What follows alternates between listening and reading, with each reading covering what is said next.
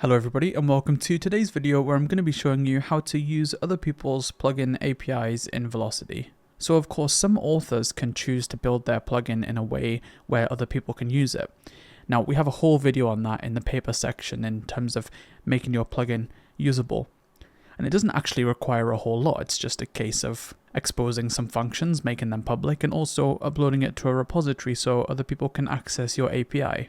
And that's pretty much it, but it's far more common that you would want to depend on somebody else's plugin. So in paper, for example, you may want to depend on the WorldEdit API or WorldGuard or maybe Citizens, the NPC plugin.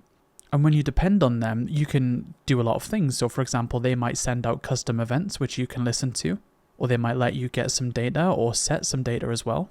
And in Velocity, it's the exact same concept, so people can choose what they want you to be able to do. And Velocity have made this nice and easy by adding a native dependency system, and so we'll go through all of that today.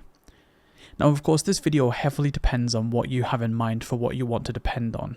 So for me, I just went to the Hangar marketplace, which was made by the paper team, and you can see there you can find all of your favorite paper plugins, Velocity plugins, and waterfall plugins. Of course, we're developing in Velocity today.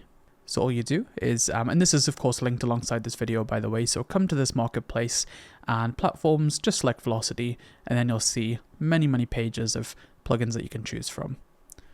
Now of course keep in mind they don't all have an API that you can depend on, most plugins are just for players on the server, but some of them offer an API. So if you just want to learn the concept, then just follow along with me today. But what I would recommend maybe doing is choosing your own plugin. If for no other reason than I don't want to be held liable for choosing a plugin which I have no control over and the author could change or do anything at any time. So the one that I've chosen is Last Login API. Now the reason for that is because it's on page 8, so it's a fairly popular Velocity plugin and it's super simple. They have just a nice little API you can use, normal integration, nothing fancy, and it's not filled with fluff.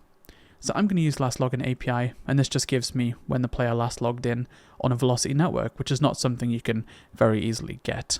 So I'll go through the flow of kind of finding out how an API has that documentation and how to get to it and then how to integrate it into your plugin. But if you just want to go ahead and if you can use the same plugin as me, but just make sure you check it out yourself first for any risks. Make sure you check it out yourself first, but otherwise feel free to choose any plugin that offers a public API. So what I'm going to do is if I scroll down, you can see that they have the documentation there. I'm a plugin developer, what should I do? You have to hook into the plugin thanks to its API. You can see how to do it here. So if I head to that URL, that's exactly what we're expecting to see. So when you depend on somebody else's plugin, you have to do two things. The first thing is to put it in your build.gradle.kts, which basically tells Gradle and IntelliJ, I need you to be knowledgeable about this dependency so that I can develop with it and we can compile with it. And then the second thing you have to do is in Velocity, we should tell Velocity that we're trying to depend on that plugin. What we'll do is we'll go ahead and add this to our build.gradle.kts. Now I can just tell by looking at this that this is Gradle Groovy, which is not KTS. So I'm going to go ahead and convert it mentally. So what I'll do is I'll copy and paste it in. So there's the repository. Remember, every dependency will have a repository and a dependency. So pop the repository in there and we'll follow the format of the other ones. So I'll just go ahead and edit myself. So move that there. So Maven, just like that. And then change it from apostrophes to speech marks. And there you go. The repository's in there just fine. And of course, all the source code, as always, is attached alongside this video. So if it's easier for you just to go into my build.gradle.kts and pull it out, then feel free. Alright, so next up is the dependency. So it's a little bit more messy. You can see here, I'll just go and copy it over. So we still want compile only. It's a bit misleading depending on your understanding of compilation, but essentially compile only means that it won't be included in our final jar. And that's of course what we want because it's actually on the server. We just want to know it's there in Gradle. So we'll change that from compile only, just like this. And then speech marks. And then we'll go ahead and change that to a colon, and that to a colon. How much nicer is build Gradle KTS, by the way, than Groovy? And there we go. Okay, so now we just have to go ahead and hit this little button, or if that doesn't come up for you, just go up here and reload Gradle. And then if we head to our test plugin, you should see we're now assuming the one of their classes has last login in it, you can see there we go. We now have access to the last login API. So what we'll do now is we'll go ahead and pop in the plugin inside the plugins folder. So I'll just download it from here, download the Velocity version, of course. Okay, yep, mine's downloaded. So I'll just go ahead and drag it into the plugins folder, just like a normal plugin, and we'll add that. Okay, awesome. So what do we now do in Velocity to tell Velocity that we want to depend on that plugin? Well, what you would do is you would just put a comma there, and inside the plugin declaration, we're going to write dependencies.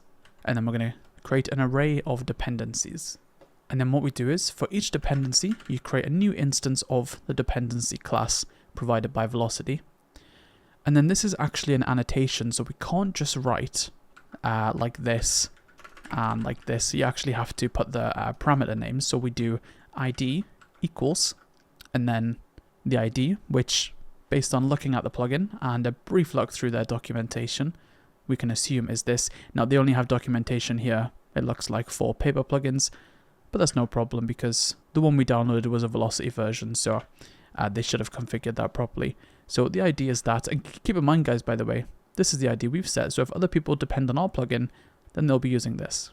Okay, so we've set their ID, and for every dependency, just pop in the ID there, and then there's a second parameter you have, which is optional.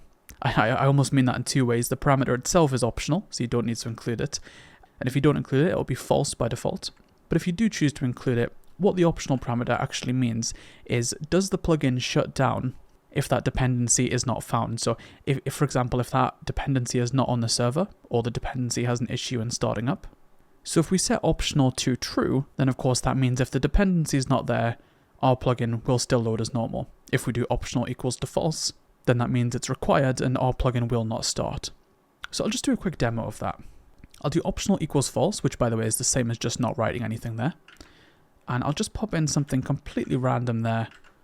And if I go ahead and start my Velocity network, and we can do this because it's so fast to load up, we should notice that our plugin won't be able to start in just a moment. There you go. So that's the other plugin, but can't load plugin test plugin due to missing dependency. Okay, so we'll pop that back.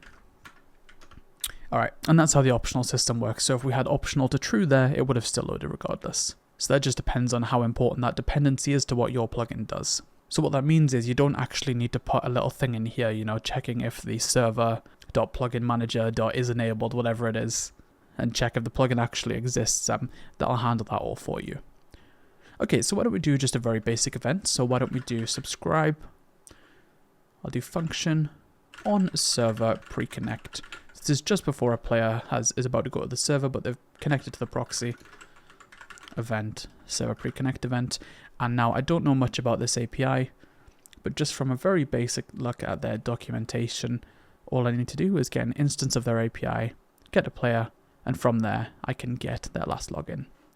And obviously this isn't a video specifically focusing on this API, so I'm not going to go deep into it. I just want to show that the connection actually works. So what we'll do is, we'll do what their API says. We shall do logger.info, and then last login.get API.get player, and then of course provide the player that we have in this event who's connecting to a different server, provide the unique ID, and then we'll take their last login, which was provided by this API. You can see if we go and control click on it, that's part of this API, that's not in Velocity itself. Okay, awesome, so we'll just toString it, just so the logger's happy. And then there we go, guys. So in theory now, when we reboot this network, and then we'll, invalid IDs must start alphabetically, have lowercase alphanumeric characters.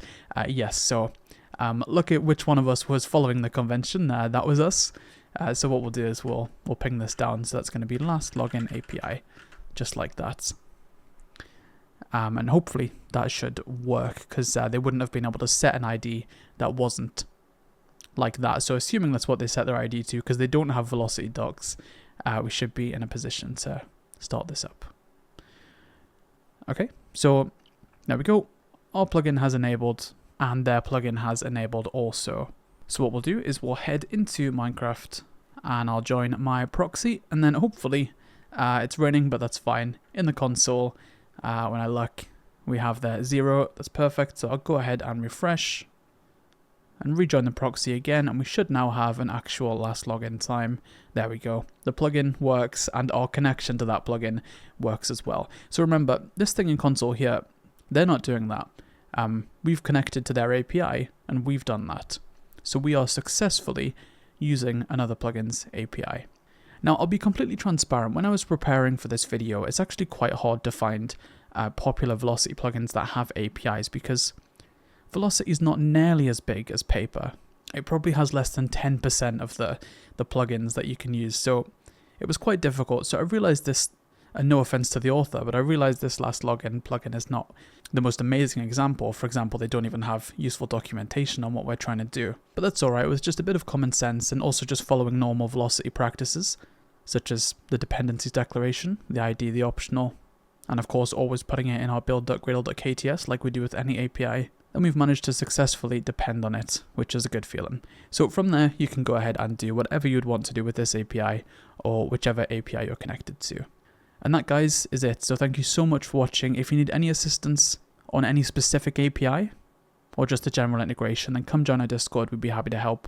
But otherwise, I'll see you in the next one.